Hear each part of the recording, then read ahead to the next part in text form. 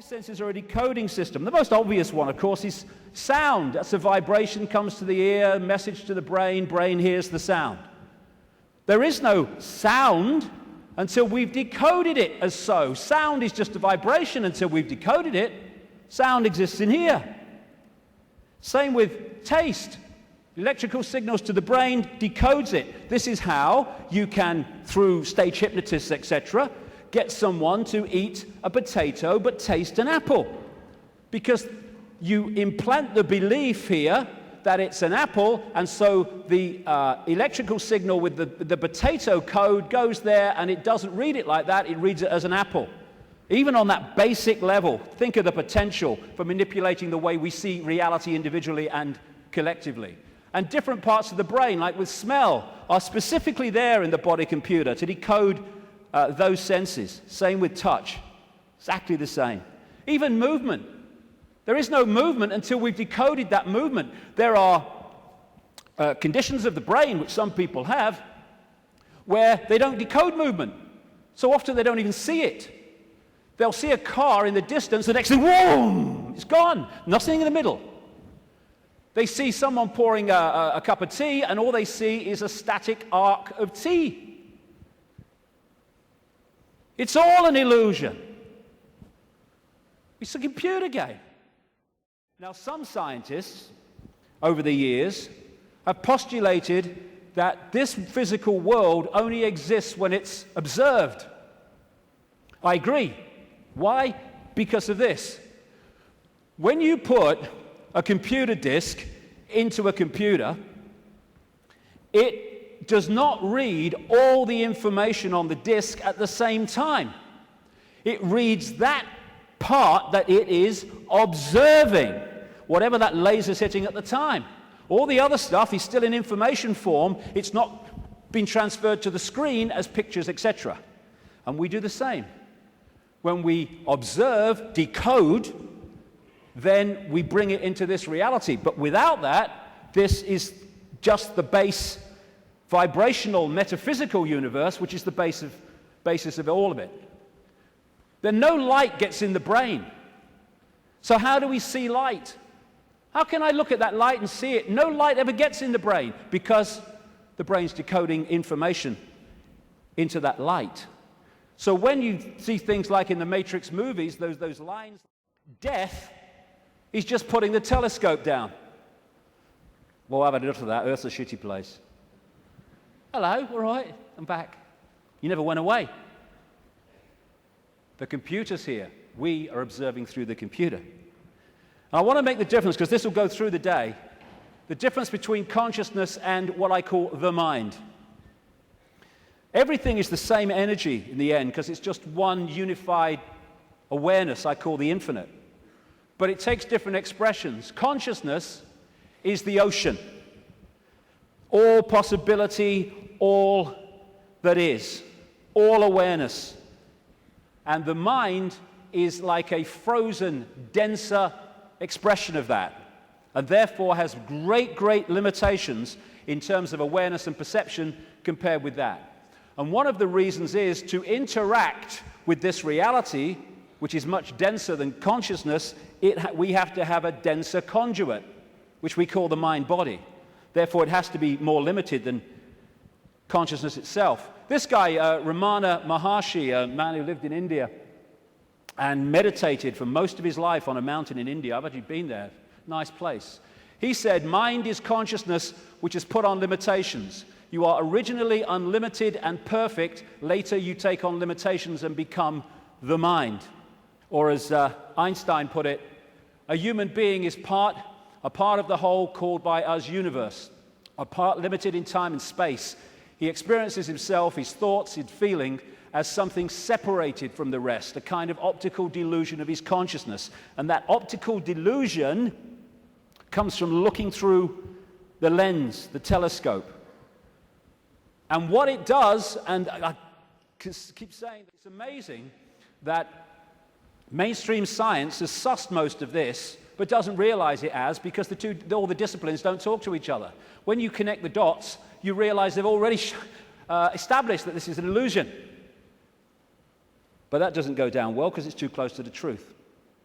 And how I experienced that state beyond this world, beyond vibration, was as stillness and silence.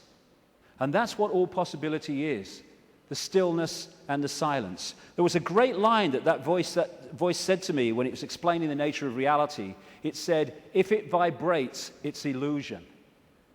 If it vibrates, it's illusion, because our core level is stillness and silence. I experienced that. Amazing feeling. There are no negative emotions, there's no fear, there's no worry about not making the rent and all this stuff. They've all gone in that realm. And people think of nothing. All that is, has been, whatever can be. That's all potential, all knowing. And everywhere and nowhere. People think that's a paradox. You can't be everywhere and nowhere, but you can in all possibility. In all possibility, everything is possible. So everywhere is nowhere. Nowhere is everywhere. Everything and nothing. Again, not a paradox. All possibility is everything and nothing. And as I was saying, we think of nothing as nothing's there. There is nothing. But within the nothing, within the silence, is everything. Within the silence, for instance, is all possibility. And then when I start talking, I have pulled one possibility out of all possibility, which is manifest as vibration, my voice. And then I stop. It goes back into all possibility. We don't think that this building is defined by the nothing. We think it's defined by the something. But the something is only there, and this building is only in its form because of the no thing, apparently no thing, in between what we perceive as the something. The silence this is why time and space are just information within the metaphysical universe fabric, the vibrational fabric, which we then decode into what appears to be time and space. There is no time and space. When you put a disk in a computer, it's got information on it. You put it in the computer reads it. On the screen, you see time and space, or what appears to be time and space. But all it is information on the disk being read by the computer and being put on the screen. That's what we are doing all the time. Time's an illusion. And my goodness me, if we fall for that, then we totally get encompassed by time, that time exists. You can say it's 1 o'clock. I've got to meet someone at 1 o'clock, so you're there at the same time and synchronize that. But all along, you know that it's just a construct. It's not part of you this time, because no time is where consciousness operates. And if we operate completely connected to time, then by that very nature, we're going to disconnect from consciousness, which is on another level of perception. Our time is just crazy. You cross an invisible line in the ocean, you go into tomorrow, you go the other way, you go into yesterday. There is only the now. That's all there is. People say, no, there's the past and there's the future. Well, okay. When you think of the future, where are you? You're in the now. When you think of the past, memories, where are you? You're in the now. These are constructs. These are perceptions. They're not real. Only thing that's real is now. Everything happens in the now. And the only moment we can change anything is in the now. And if we get pulled into the past, all regret, I wish I had, that woman in 1953, ooh. Or we get pulled into the future, oh my God, what's going to happen? Oh yeah, outcome, oh what if? Then we're getting pulled out of the only time that exists, and therefore our power to change things, to impact on now, is diluted. And we are absolutely dominated by time. What's the time? Oh my God, is that the time? Oh my goodness, what's going to happen?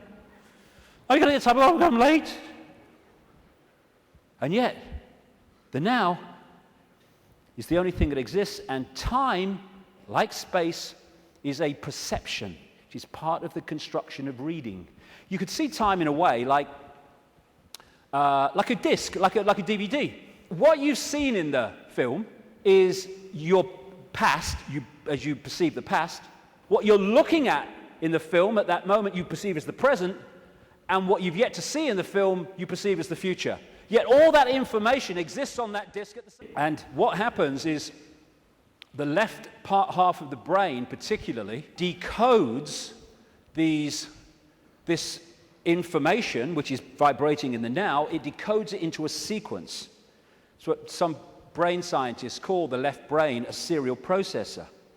And it's this sequence that it puts the information in that appears to be the passage of time from past to future. The quicker it decodes it, the quicker time seems to move, the slower it decodes it the reverse. This is why, as Einstein said, if you're in the company of a beautiful woman, time can pass very quickly, but if you're in a dentist chair, it can pass very slowly, because your brain is decoding reality in a different way, putting it into a sequence in a different way. And so the time loop is actually just the decoding of this changing vibration, changing information. And again, if you could, the world looks so solid, I grant you, but it can't be. It can't be, even though it seems to be. And if you bang your head on the wall, again, like walking through the fire, believing you're going to get burned, bang, you'll bang your head.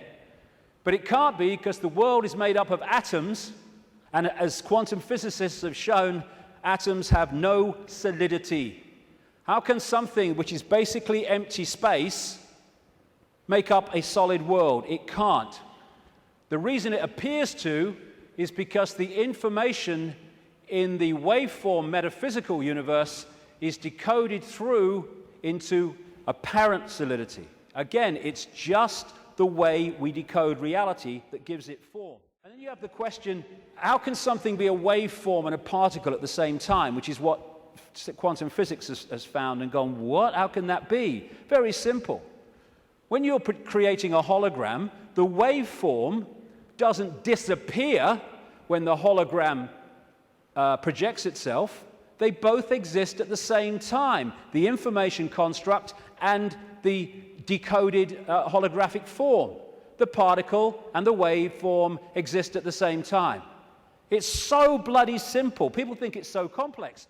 And some near-death experiences have experienced and then come back to tell the story of what they've experienced when they've been through, sometimes they experience it as a tunnel, and then come back when their body releases the consciousness for a short time.